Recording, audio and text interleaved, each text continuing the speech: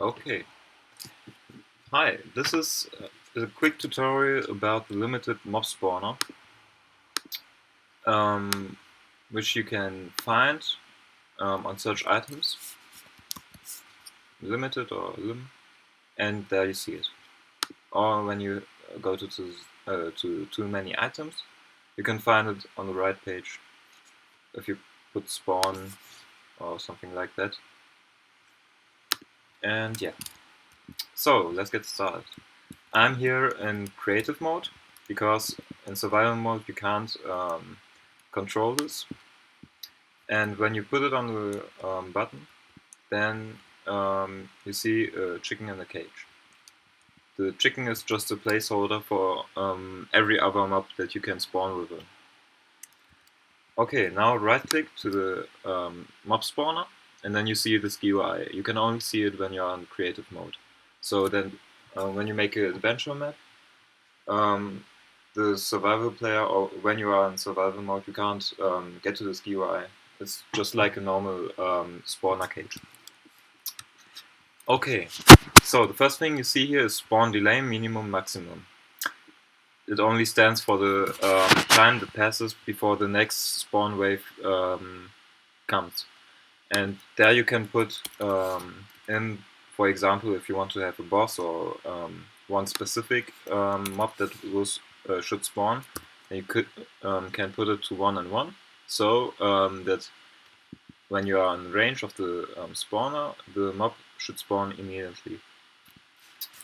The other thing is when you put in, for example, from 1 to 10, then it chooses randomly a number between 1 and 10 where he spawns the next wave. It's in seconds. Okay, the second thing is the player activation range. There you put in the distance to the spawner in which it starts to activate. It's normally 16 like any other mob spawner 2, but you can change this value to 1 or 5 or something that you want. Okay, maximum to spawn is essentially to have a limited mob spawner, because there is the mob counter in which the mob spawner will create. So if you have, for example, a zombie spawner now, it will only spawn 5 mobs before it vanishes. If you want to have a boss spawner, put it on 1. If you want to have a unlimited spawner, then you put it to 0. Okay, let's put it to 2. Maximum nearby is a value that determines how many mobs can spawn around the spawner.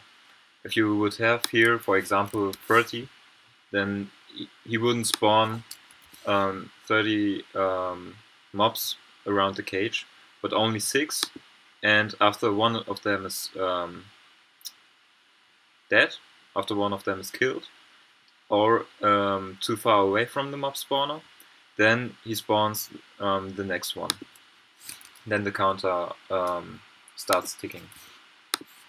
Okay. When you got the first page, then you go to save and quit, because every page has to be saved manually. Okay, now you got these buttons here. Cancel, save and quit should be known. And toggle debug and reset debug, I will show them later. And new entry and delete entry I will show now. So new entry, if you click on it, then you see here page 1 of 1. If you go left or right, then you can see, select the pages you are at. And now we are at the part where you fill the spawner with a mob. Okay, to put in a new spawner, you can put in the name, or the better way is you click on the 3 dots and select the mob you want to make. First of all, you got here the normal mobs, and everywhere where this D double point is from a mod. For example, if I want to have a Battle Tower Golem, I go to the Battle Tower mod and Battle Tower Golem. Then parent directory means just to go back. Okay, I will select the armored zombie, for example. Then you see here a list of properties. I will go to them later. Then you have here a sound that you can use when a new mob is spawned. For example, I make a dash sound every time the zombie is spawned. Okay, the next thing is here the wait, which means if you have more than one mob in this mob spawner, then you can put in there the chance of spawning this special mob. For example, if I put in 1, then this mob will always spawn. If I put in 5, then and have another one with a 1, then he would have a higher chance than he spawns. Then he would have a higher chance spawning. Okay, when you put in 1, then I'm gonna save it, and you can see there you have it, this zombie. Okay, the next thing we see is the list here. If you are familiar with the NBT programming of the Minecraft world, then you should see here's the syntax of these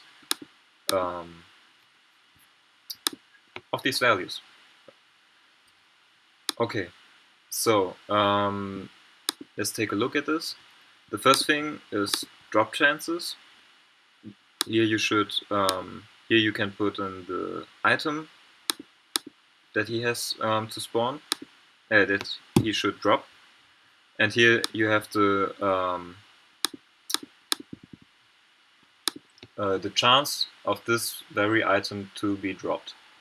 So the chance is here 1%, even less than 1% to be dropped. If you have it on 1, then the mob will always drop this very item. Here you have to put in which item should be dropped by the name, or better, the ID of the item. So UID least, I don't know what this means. Some of these aren't explained by the Project Zulu editor creator either, so you just have to guess what this means. Motion is just the spawn location when a mob is spawned. So if I would put in the number 1 there, for example 1, always save the difference that you made. Then he would not spawn in the middle of the spawner, or the random location the spawner would set it to, but 1 x coordinate away. I'll put them to 0 again and save it. Okay, custom name is a funny way of changing your mob or specialize it, because here you can choose the name that you want. I got an armored zombie,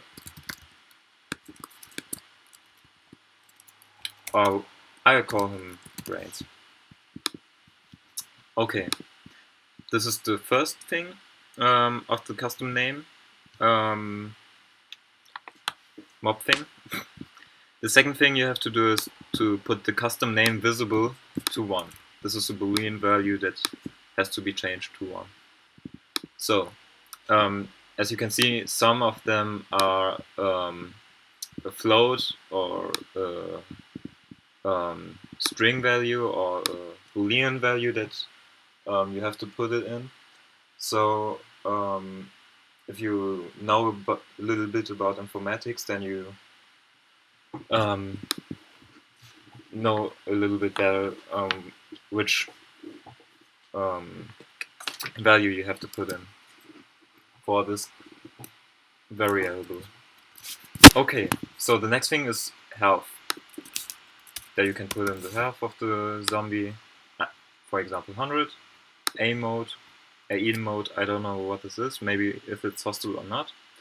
Attack time, fire means if it's on fire, and vulnerable if it can take damage, I think. Death time, how long it takes after the death before it vanishes. For example, if you kill the Ender Dragon, then it takes a little bit longer for him to be dead than a normal mob. And the next thing we have here is the equipment. So, because the armored zombie already has a stone sword or a sword, there is already an ID, damage, and count line here. If you wouldn't have any equipment, then it would look like this here. So this code that you have here, ID, damage, count, should always exist if you want to put another item to the mob. The ID is 272, so that means a stone sword. You can change this, for example, if you want to have, for example, 5569 for Ender Giant Sword. Here, 5569, save it, save and quit, and you see he's got an Ender Sword. So that's how you can make powerful boss mobs. And it's a very funny way of making, for example, a zombie with a thief's armor and Ender Sword and something like that. Okay, on ground, hurt time. I don't know what this means either. Position again. Then can pick up loot, can be put on to 0 or 1. If he steals the loot that is on the ground, for example. Portal cooldown, doesn't know, I don't know. Nope, nope, nope. And this was this. The problem of these whole values are that I tried to change them, but I didn't even see any difference. So if you know what this means, or if you maybe know about the NBT syntax, then write a comment down below. It would be very cool to see what this can do. And yeah, so the last thing I want to show you is the toggle debug and reset debug state. It's very easy. If you put in toggle debug, then you can see in creative mode if this cage is working. Oh, I got a grenadier. Okay. Okay, and he's got 100 health, and sits there, and is dead. Okay, now you see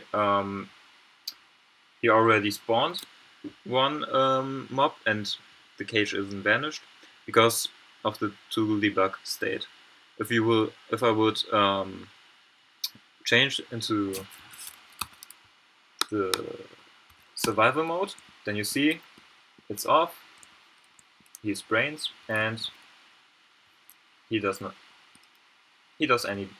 do any damage. Well, I think normally he would do damage, but anyways, so that was it. If you have any suggestions, any questions, then leave a comment, and that was it. Bye.